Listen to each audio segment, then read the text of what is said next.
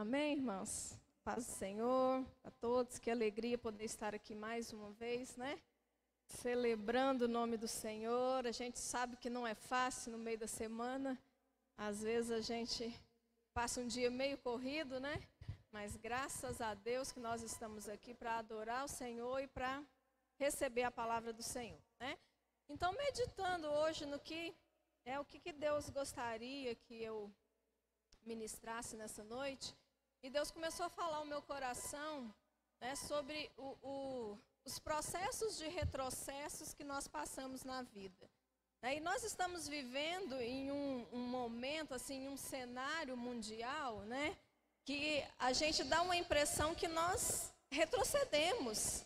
Porque quantas pessoas tinham iniciado negócios, iniciado uma faculdade, um curso, e tantas coisas que as pessoas, estavam planejando fazer em 2020, e de repente a gente foi pego de surpresa, por essa pandemia, e parece que a nossa vida estagnou, parece que a nossa vida paralisou e que em algumas áreas nós até retrocedemos, a vida como igreja, às vezes a gente olha e dá a impressão que a gente retrocedeu. Infelizmente, quantas igrejas tiveram que fechar suas portas porque não conseguiram se manter nesse período, Então o cenário parece que nós tivemos um grande retrocesso. E olhando para isso, eu comecei a olhar para a palavra de Deus, e isso sempre aconteceu na vida do homem, isso sempre aconteceu na história da humanidade. E eu gostaria de citar alguns exemplos, alguns breves exemplos, para a gente chegar numa conclusão. E aí, lá no livro de Hebreus, o Senhor vai nos dar uma direção muito específica do que nós precisamos fazer para vencer esse processo de retrocesso na nossa vida. E será se o retrocesso ele é realmente para nos paralisar? Ou será se é um trabalhar de Deus na nossa vida? Então, o primeiro exemplo que eu gostaria de dar para vocês é sobre o povo israelita. Lá bem no comecinho, o povo israelita, depois de 400 anos de cativeiro, enfim, eles tiveram sua liberdade. Eles haviam acabado de sair do Egito, eles experimentaram assim, milagres extraordinários, eles atravessaram o Mar Vermelho. Então, assim, eles estavam... no mundo espiritual eles estavam bombando, ou seja, as coisas estavam acontecendo, estavam de vento em popa, Eles viram o exército do faraó inteiro ser destruído, uma vida de miséria que eles tiveram durante todo esse tempo. Eles saíram ali do Egito muito ricos, muito abastados, materialmente, mas aí, passou esse momento da euforia, eles se deparam com o deserto. E agora? Aquela multidão no deserto, sem comida, sem água, ou seja, parece que aconteceu um retrocesso. Parece que Deus errou. Mas por quê, E aí eles começaram a murmurar, mas por que o Senhor nos tirou do Egito para passar fome aqui? Era melhor morrer lá, comendo cebola, comendo as coisas boas. Eles nem comiam coisa boa, eles eram escravos. Escravo não comia coisa boa, Mas, ou seja, eles começaram a regredir mentalmente, ou seja, lá estava melhor, ou seja, eles estavam aparentemente livres, mas diante de uma situação que parecia que tinha piorado. Ou seja, ao invés de avançarem, eles tinham retrocedido. Então, esse é um exemplo, O segundo exemplo que eu gostaria de compartilhar a Bíblia conta para nós a história de um rei chamado Ezequias. Ele começou a reinar por volta de 24, 25 anos, mais ou menos, bem novinho. E aí ele começou a reinar, e naquele tempo o povo se voltava para o Senhor, e depois abandonava o Senhor, e era aquelas idas e vindas, e quando Ezequias assumiu o trono, ele destruiu os altares dos deuses pagãos, ele destruiu tudo e ordenou que o povo adorasse somente em Jerusalém, E ali eles enfrentaram muitas batalhas, várias guerras, e não sei se vocês conhecem uma canção do Diante do Trono, que fala assim, que o Senhor ia colocar um freio na sua boca, um anzol no seu nariz e fará você voltar de onde veio. Lembra dessa canção? Não vou cantar porque eu não consigo, né? Mas essa canção retrata bem essa história. Então o rei Ezequias, ele se rebelou contra o rei da Assíria, porque eles tinham que entregar ali, pagar tributo, né? Ele se rebelou, não ia pagar. E o rei da Assíria, em contrapartida, se levantou contra eles e mandou uma carta para o rei Ezequias, falando que ia acabar com eles, porque a fama do exército assírio era terrível. Por onde eles passavam, ficava um rastro de destruição. Então, o rei da Assíria, o Senaqueribe, mandou uma carta para Ezequias e falou assim, ó, em quem que você acha que você está confiando? Né? Você viu lá o reino do fulano, onde o Deus, né, e cita o nome dos deuses, onde eles colocaram a confiança no tal Deus. Você viu o que aconteceu com eles? Você acha que com vocês vai ser diferente? E aí a Bíblia diz que o Ezequias, ele, né, vestiu panos de saco e se humilhou na presença do Senhor. E ele pegou essa carta e levou para o Senhor. Falou, Senhor, o Senhor está vendo isso aqui é uma afronta contra o Senhor. Realmente eles são um exército poderosos, mas os deuses que eles enfrentaram eram deuses falsos. E o Senhor não. Então o Ezequias se humilhou na presença de Deus. E aí Deus devolveu o recado através do profeta Isaías para o Senaqueribe. Pessoal, fala com ele que ele vai voltar pelo mesmo caminho que ele veio. Eu vou colocar um freio na boca dele, um anzol no nariz dele e que ele vai morrer. Sabe o que aconteceu com esse rei? Ele foi morto pelos próprios filhos. Mas antes disso, né? Então ele levantou todo o seu exército e acampou assim próximo ao povo de Israel para poder, porque ele já estava se preparando para destruir aquele povo. E aí a Bíblia diz que naquela noite o anjo do Senhor passou e fez uma matança contra o exército inimigo. E naquela noite morreram 185 mil soldados sem o Ezequias levantar sequer um dedo. Então, ou seja, o Ezequias entendeu que ele estava na direção de Deus e ele venceu o exército mais poderoso que existia naquele tempo. Então, ele estava, né, bombando. Essa história está lá em 2 Reis. Eu sugiro que vocês leiam, porque é fantástico, gente, ver o que Deus fez. Então, né, Ezequias ali todo se sentindo, não, Deus é por mim. Né? Não tem quem vença o nosso Deus. Deus é por mim, Deus é por nós e nós vamos, né, avançar. E aí, gente, o que acontece? O rei Ezequias adoece. Logo após esse acontecido, o rei Ezequias adoece. E aí o profeta Isaías vai até ele e fala assim, ó, Deus mandou você preparar a tua casa, porque você vai morrer, você não vai viver. Aí o que aconteceu? Essa mudança de cenário novamente. E aí o que adiantou todo aquele processo, vencer a guerra, se o homem adoeceu e ia morrer? Ali chegou na vida do Ezequias um retrocesso.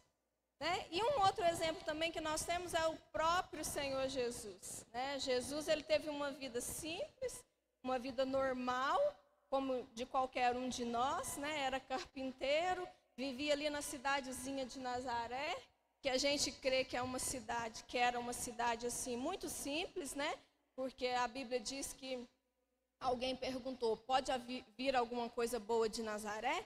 Então significa que era uma cidade muito simples, possivelmente eles tinham uma vida muito simples ali, ajudando seu pai na carpintaria, mas de repente ele se torna um grande pregador, né? Um arrastador de multidões. E eu fiquei pensando nisso aqui, gente, os seguidores de Jesus. Hoje a gente vê na internet assim uma briga por seguidores, né? E as pessoas têm lá milhões de seguidores. E eu falo assim, isso é fácil, né? Mas bom mesmo é ser igual a Jesus, que os seguidores dele eram tete a tete, né? Não era só virtual, não. E aí Jesus, né, aquela multidão que o seguia, e ele operava milagres, curas, e liberava a palavra. Então, onde Jesus chegava, o milagre acontecia, ou seja, ele no auge da sua vida com Deus, no auge do seu ministério, e de repente, né, Jesus foi preso e condenado. A cruz, para Jesus, parecia um grande retrocesso. Aquela multidão que o seguia agora gritava: crucifica-o, crucifica-o. Os mesmos que o seguiam, os mesmos que experimentaram aqueles milagres, agora estavam gritando para que crucificassem Jesus. Aquele que ressuscitava mortos, agora estava pendurado numa cruz. Uma morte vergonhosa, porque a Bíblia diz que maldito todo aquele que é pendurado no madeiro. Então, parece que na vida de Jesus também aconteceu um grande retrocesso. E onde que eu quero chegar com essa palavra? Como que nós podemos lidar com o retrocesso? O que significa, os retrocessos na nossa vida? E eu te convido a abrir sua Bíblia no livro de Hebreus, capítulo 10.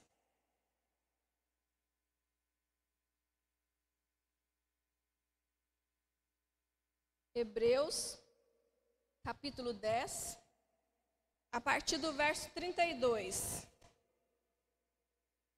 E aqui nós vamos receber do Senhor 3 chaves para nós vencermos o processo de retrocesso na nossa vida. Então, Hebreus 10, 32, primeiro versículo diz assim: lembrai-vos, porém, dos dias anteriores, em que, depois de iluminados, sustentastes grande luta e sofrimentos. Lembrai-vos, porém, dos dias anteriores, depois de serem iluminados, sustentastes grandes lutas e sofrimentos. Então, nesses 3 exemplos que nós vemos, a gente viu ali no povo, com o povo israelita, com o rei Ezequias e com o próprio Jesus, eles foram iluminados. O que é ser iluminado? É você receber algo especial da parte de Deus. Ou seja, é você ser esclarecido, é você ter revelação. Então, aquele povo, eles foram iluminados, ou seja, era como se eles tivessem subido de nível, Deus havia feito coisas extraordinárias na vida deles. Mas, no entanto, logo depois veio o retrocesso. Como diz a palavra, depois de serem iluminados, agora vocês passaram por grande luta e sofrimento. E então, vamos para o verso 35 agora. O verso 35 diz assim: portanto, não abram mão de sua firme confiança. Lembrem-se da grande recompensa que ela lhes traz. Então, a primeira chave desse texto é a confiança. Portanto, não abram mão da sua firme confiança. Olha como que começa o texto. Depois que vocês foram iluminados, vocês passaram por lutas e sofrimentos. Mas não abram mão da vossa confiança. Mantenham firme a sua confiança. Então, a primeira chave para vencer o retrocesso é a confiança.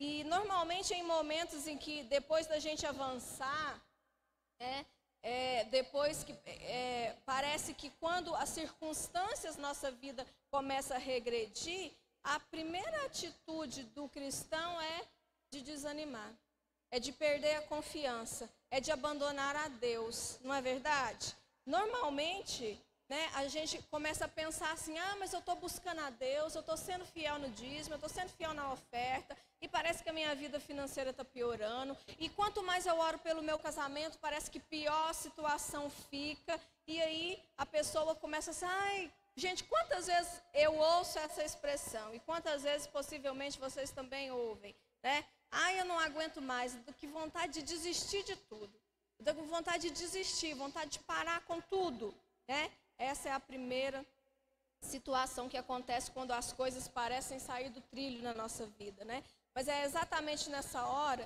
que nós precisamos manter a nossa confiança no Senhor. A confiança no Senhor, ela tem uma garantia. Que garantia é essa? O texto diz, lembrem-se da grande recompensa que ela lhes traz. Então, a confiança, ela gera uma recompensa. No verso 35 diz, a confiança, lembre-se, se você confiar, lembre-se disso, você vai ser recompensado porque você confiou. Então, olha, não há recompensa quando nós confiamos no dinheiro, nós não podemos confiar no dinheiro. Em lugar algum a palavra diz que se a gente confiar no dinheiro a gente vai ter uma recompensa. A palavra também não diz que se você confiar nos seus amigos você vai ter uma recompensa. A palavra não diz que se você confiar no seu trabalho você vai ter uma recompensa. Mas a palavra diz que se você confiar no Senhor, você terá uma recompensa. Né? A garantia está em permanecer confiando no Senhor. Agora vamos para o verso 36. Diz assim, vocês precisam perseverar. Então, depois de confiar, nós precisamos perseverar, a fim de que depois de terem feito a vontade de Deus, recebam tudo que Ele lhes prometeu. Então, a segunda chave para nós vencermos o retrocesso na nossa vida é a perseverança. Primeiro a gente confia, depois a gente persevera. Né? O final do caminho do pecado, queridos, é a morte. O final do caminho da fé é a promessa. Mas desistir, né, você parar no meio do caminho, quando você para, você não chega a lugar algum. Porque você não vai nem para o certo, nem para o errado. Você simplesmente fica estagnado. Né? E pior do que fazer errado, essa palavra não é minha, é a palavra de Deus. Pior do que fazer errado é você não fazer nada. É melhor a pessoa fazer errado do que não fazer nada. Sabe onde está essa palavra? Lembra quando Jesus escreveu a carta para Laodiceia e ele disse assim, ó, quem dera que vocês fossem frios ou quentes, mas porque vocês são mornos, eu vou vomitar vocês da minha boca. Então a gente imaginar que a Jesus falou assim, né? Quem dera se vocês fossem quentes, ou seja, fervorosos, né? A gente entende, normal, esse é o propósito mesmo de Deus. Mas aí Jesus dizer assim, mas também é melhor vocês serem frios do que vocês serem mornos. Gente, ser morno é a pior situação que existe na vida de uma pessoa. É quando a pessoa desiste, é quando ela para, é quando ela abandona o processo na vida dela. Né? É o pior erro da vida da pessoa, porque Deus diz que tem vontade de vomitar da boca dele essa pessoa. Olha que sentença terrível, né? Então, por que Jesus falou isso? Né? Porque é melhor você chegar no final daquilo que você escolheu, né? E descobrir que você estava num caminho errado, do que você ficar sem ir para lugar nenhum. Do que você não chegar a lugar nenhum. Então, é melhor você... Não estou falando, queridos, de escolhas conscientes. Não, eu vou fazer o que é errado. Não, mas de escolhas erradas. Então, é melhor a gente escolher o que é errado do que não escolher nada, né? Vocês lembram do filho pródigo? O filho pródigo fez uma escolha errada, não fez? Ele arrebentou com a vida dele, gastou o dinheiro dele todinho, mas no final, ele entendeu que fez a escolha errada. E quando ele chegou no fundo do poço, né, não tinha mais como ele afundar mais. O que ele fez então? Ele retornou para a casa do pai. Ele entendeu, né? A duras penas, ele entendeu que ele fez uma escolha errada, que ele trilhou um caminho errado. Mas e o irmão dele? O irmão dele é a figura desse morno. O irmão dele estava na casa do pai, mas não desfrutava de nada que era do pai. O irmão dele saiu de casa, fez a escolha errada? Não. Mas ele fez a escolha certa de desfrutar das coisas do pai, do benefício que ele tinha? Não.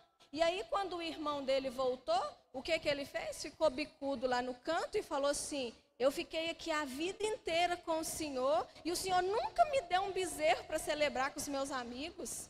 Né? E aí o pai falou assim, meu filho, mas tudo é seu. É tudo seu. Né? Você poderia usar e usufruir o quanto você quisesse. Querido, põe uma coisa na sua cabeça. Pior do que uma escolha errada é você não fazer nenhuma escolha. É você optar por paralisar a sua vida. É você desistir no meio do caminho. Porque quando você erra, assim como o filho pródigo, você ainda tem a oportunidade de se consertar, de se converter, de endireitar a sua vida. Mas aquele que não escolhe nada, a vida dele não anda nem para frente nem para trás. E quantas pessoas hoje vivem dentro da igreja, mas estão nessa vida estagnada, né? Que o Senhor tenha misericórdia de nós. Então, a perseverança, ela é necessária justamente nos momentos em que as dificuldades parecem que querem nos parar. Porque as dificuldades, elas vêm para nos tentar parar, não é verdade? Você tem uma dificuldade no seu casamento? Qual que é a primeira coisa que dá vontade de fazer? Vou largar isso. Você tem um desconforto com alguém na igreja? A primeira coisa que você pensa, vou largar essa igreja. Você tem um desconforto no seu trabalho? Ou seja, não vou mais para aquele trabalho. A tendência das dificuldades é nos fazer parar, né? Mas é nessa hora que nós precisamos recuperar o nosso fôlego, né? Ou seja, qual que é o meu foco? Qual que é o meu objetivo? Querido, né, tem uma expressão que a gente vê muito nas redes sociais. Se você está cansado, descanse. Não pare, descanse. Às vezes vai ser preciso você descansar, tomar um fôlego, né, rever seu foco e continuar focado e continuar buscando esse foco. Imagine uma corrida, né? Às vezes a pessoa sai acelerada, mas de repente ela precisa diminuir o ritmo, recuperar o fôlego e começar novamente. Na nossa vida também é assim, né? Vamos agora para o verso 37 e 38. Eles afirmam o seguinte: pois em breve, né? Então recapitulando, primeiro o Senhor falou que nós precisamos ter confiança, que essa confiança vai gerar uma recompensa. E depois ele falou que nós precisamos perseverar. Perseverar em quê? Perseverar nos momentos de dificuldades. Por que nós precisamos ter essas duas situações? Olha o verso 37 e 38. Pois em breve virá aquele que está para vir. Não se atrasará. O meu justo viverá pela fé. Então a terceira chave para nós vencermos os retrocessos na nossa vida é a fé. Fé é a certeza e a convicção de que a promessa de Deus irá se cumprir. Então, em meio aos retrocessos, quando a nossa confiança está abalada, quando a nossa perseverança está abalada, ainda assim nós podemos viver pela fé. Porque o verso diz que o meu justo viverá pela fé, né? E por que nós precisamos, né, manter a nossa fé? Primeiro, porque nós conhecemos o caráter de Deus. A palavra diz que Ele é fiel e não pode mentir. Lá em Hebreus 10, 23 diz assim, ó: apeguemo-nos firmemente, sem vacilar, à esperança que professamos, porque Deus é fiel para cumprir a sua promessa. Então essa deve ser a nossa fé, né? Segundo, nós conhecemos a palavra de Deus. A palavra de Deus, ela não mente, né? E o que ela diz é verdade a meu respeito e a seu respeito. O que ela diz que vai acontecer, de fato vai acontecer. Terceiro, nós conhecemos a presença de Deus, né? O Senhor, querido, Ele está conosco no início, no meio do processo e também na reta final, né? Então, Ele não vai nos abandonar nos momentos em que nós estamos vivendo um retrocesso. Vocês acham que Deus foi pego de surpresa nessa pandemia? Não sabia, igual a gente foi. De repente, tudo acontece. Será que Deus foi pego de surpresa? Jamais. Né? O Salmo 139, do verso 8 ao 12, vamos ler lá. Para a gente entender que o Senhor, Ele é o dono do tempo, Ele está em todos os lugares, Ele está no passado, no presente e no futuro. Salmo 139,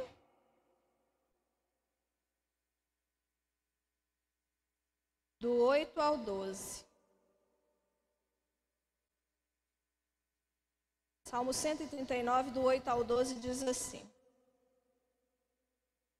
se eu subo aos céus, lá estás. Se eu desço ao mundo dos mortos, lá estás também. Se eu tomar as asas do amanhecer, se habitar do outro lado do oceano, mesmo ali a tua mão me guiará, a tua força me susterá. Eu poderia pedir à escuridão que me escondesse, e à luz ao meu redor que se tornasse noite. Mas nem mesmo na escuridão, posso me esconder de ti. Para ti, a noite é tão clara como o dia. Escuridão e luz são a mesma coisa. Então, querido, isso prova que Deus está em todos os lugares. Não adianta a gente fugir nem para o fundo do oceano, nem para as maiores alturas. Em todos os lugares que nós formos, o Senhor estará. Amém? Então, quarto, nós conhecemos o agir de Deus. O Senhor não se surpreende com os contratempos que acontecem na nossa vida. né? Ele não se surpreende, nada sai do controle de Deus e nada está acima do poder e da capacidade de Deus. Nada, absolutamente nada. Lá em Jeremias 32, verso 27, diz assim: eu sou o Senhor, o Deus de toda a humanidade. Acaso alguma coisa é difícil demais para mim? Olha o que o Senhor perguntou para o profeta, né? Eu sou o Senhor, o Deus de toda a humanidade. Você acha que tem alguma coisa difícil para mim? Você acha que pandemia é difícil para Deus? Você acha que a crise no seu casamento, na sua vida financeira, no seu trabalho, né, nos seus relacionamentos é difícil demais para Deus? Não é, né? Não é. Enfim, chegamos nos versos finais de Hebreus 10, 32, 39. O verso 38b e o 39 diz assim: se ele retroceder, porém, não me agradarei dele. Nós, porém, não somos dos que retrocedem para a perdição. Somos, entretanto, pessoas de fé, cuja alma é preservada. Nossa, mas parece que aqui agora contradiz tudo que eu falei, né? Que eu falei que na nossa vida acontece retrocessos, mas o texto está dizendo que aquele que retroceder, minha alma não tem prazer nele, né? Mas, querido, uma coisa é o retrocesso nas circunstâncias da nossa vida. E outra coisa muito diferente é o retrocesso da nossa fé. E aqui o texto está dizendo que nós não podemos retroceder na nossa fé. Porque aquele que retrocede na fé, o Senhor não tem prazer nele, né? Então, enquanto as nossas circunstâncias, elas podem mudar e vão continuar mudando na nossa vida, nós não podemos permitir que a nossa fé retroceda junto com as nossas circunstâncias. E esse é exatamente o plano de Satanás, né? Ele semeia a dúvida no seu coração: será se isso vai dar certo? Será se aquela promessa que o Senhor me fez vai se cumprir mesmo na minha vida? E aí, né, essa dúvida começa a gerar insegurança, começa a gerar medo, confusão, decepção, porque daqui a pouco as pessoas começam a se decepcionar com Deus. Parece que Deus nem me ouve mais, né? Parece que Deus se esqueceu de mim. E também o pecado, né? Então o diabo, esse é o plano dele, é nos embaraçar com medo, com insegurança, com dúvida, com confusão, né? E quando as circunstâncias retrocedem, nós precisamos avançar ainda mais em fé, né? Então, quanto pior for as circunstâncias na sua vida, maior deve ser a nossa fé, né? Então, enquanto as circunstâncias pioram, a sua fé precisa ser aumentada, né? Nós precisamos buscar crescer cada dia mais, né? E aí eu lembrei de uma música assim, né? De muito tempo atrás, possivelmente vocês conhecem, né? Sabe aquela música, tá ruim, mas tá bom? É mais ou menos assim, né? A circunstância na nossa vida tá ruim, mas tá bom porque eu tenho fé que vai melhorar. Então é isso que nós precisamos declarar, né? É só uma música, tem sentido, mas, né, trazendo para essa realidade espiritual, pode ser, querido, que aparentemente esteja ruim, mas tá bom, sabe por quê? Você está no meio de um processo e logo ali na frente Deus tem vitória para você, amém? Né? Então nós precisamos decidir, né, não voltar atrás nas nossas convicções. Querido, as circunstâncias podem mudar, mas as nossas convicções de quem é Deus e de quem nós somos em Deus, essas não podem jamais retroceder, né? Aquele que retrocede na fé, ele acaba na perdição, mas o que progride, ele conserva a sua alma, ele se torna alguém estável, íntegro. Quanto mais eu me torno resiliente, mais forte, mais estabilizado eu estou diante das circunstâncias, né? Então, ao lidar com os retrocessos das circunstâncias, não se esqueça de avançar nessas três chaves: confiança, perseverança e fé. Lembre-se, né? Eu deixei para falar agora no final mesmo. Para o povo hebreu, depois do deserto, existiu uma Canaã. Tinha uma Canaã esperando eles passarem, perseverarem no processo para que eles pudessem desfrutar. Para o rei Ezequias, né, a palavra disse que ele orou ao Senhor, ele clamou ao Senhor, o profeta já tinha ido embora. Quando o profeta Isaías estava lá no pátio, Deus falou novamente com ele: volta lá e fala com o rei que eu vou acrescentar mais 15 anos de vida para ele.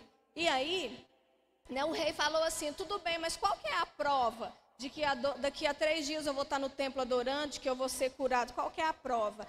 A prova, o Senhor falou na boca do profeta, a prova é que você pode escolher você adiantar o tempo, ou seja, a sombra andar para frente 10 graus no relógio de Acrás, ou ela retroceder 10 graus no relógio de Acrás. Aí o Ezequias pensou assim: não, para frente já é o curso natural das coisas. Às vezes a gente nem vai perceber. Mas para trás, quem é que pode voltar o tempo para trás? Então o Ezequias escolheu o retrocesso. E esse retrocesso acrescentou para ele 15 anos de vida, né? Então, queridos, e quanto a Jesus, né? O que teve para Jesus depois da cruz? Ressurreição e glorificação. Porque a Bíblia diz que ele está agora à direita do Pai, à direita de Deus. Então, queridos, todo o processo de retrocesso é um processo onde Deus está te preparando, te capacitando para aquilo que o Senhor preparou e determinou para a sua vida. E são coisas grandiosas, tudo isso. Imagina, queridos, você ter uma sentença de morte e aí você receber mais 15 anos de vida, né? Imagina você chegar numa terra, depois de ser escravo, uma vida inteira, chegar numa terra que manda leite e mel. E que depois de enfrentar uma cruz, você experimentar a ressurreição e glorificação e estar diante do Pai. Isso é obra de Deus. E é isso que o Senhor tem para a minha e para a sua vida. É lá em Isaías, no capítulo 61, no verso 3, só a parte B, né, diz assim: eles serão chamados carvalhos de justiça, plantio do Senhor para manifestação da sua glória. Eles serão chamados carvalho de justiça. Vocês podem pesquisar no Google. Carvalho é uma árvore que ela vence qualquer tempestade. A tempestade vem, ela se curva, né? Ela se prostra totalmente, mas ela não se quebra. E assim que a tempestade passa, ela novamente se ergue e permanece de pé, né? E aqui o texto está dizendo que nós seremos chamados carvalhos de justiça, plantio do Senhor para a manifestação da sua glória. Então, queridos, seja um carvalho de justiça. As tempestades vão vir, as circunstâncias vão surgir, mas que você se levante, permaneça de pé, para que a manifestação da glória de Deus aconteça na sua vida, né? É isso que o texto está dizendo. As circunstâncias podem mudar, né? Mas as nossas convicções não podem mudar. Lá em Números 23, 19, o pessoal do louvor pode subir, nós já vamos orar para encerrar. Números 23, 19 diz assim: Deus não é homem para mentir, nem ser humano para mudar de ideia. Alguma vez ele falou e não agiu? Alguma vez ele prometeu e não cumpriu? Alguém aqui pode dizer de alguma promessa que Deus fez e não cumpriu? Então, aquilo que ele prometeu na sua vida, por piores que sejam as circunstâncias, vai acontecer. Amém? Você recebe essa palavra em nome do Senhor? Se coloque de pé, vamos orar, pedindo ao Senhor que aumente a nossa confiança, que persevere que nos ajude a sermos perseverantes, né? E que a nossa fé seja inabalável, né? Que nós possamos nos alimentar do Senhor e não sermos mornos, mas sermos de fato aqueles que vivem e que muitas vezes erram, mas que estão buscando, direcionados pelo Senhor, fazer aquilo que é a vontade do Senhor. Amém? Vamos adorar.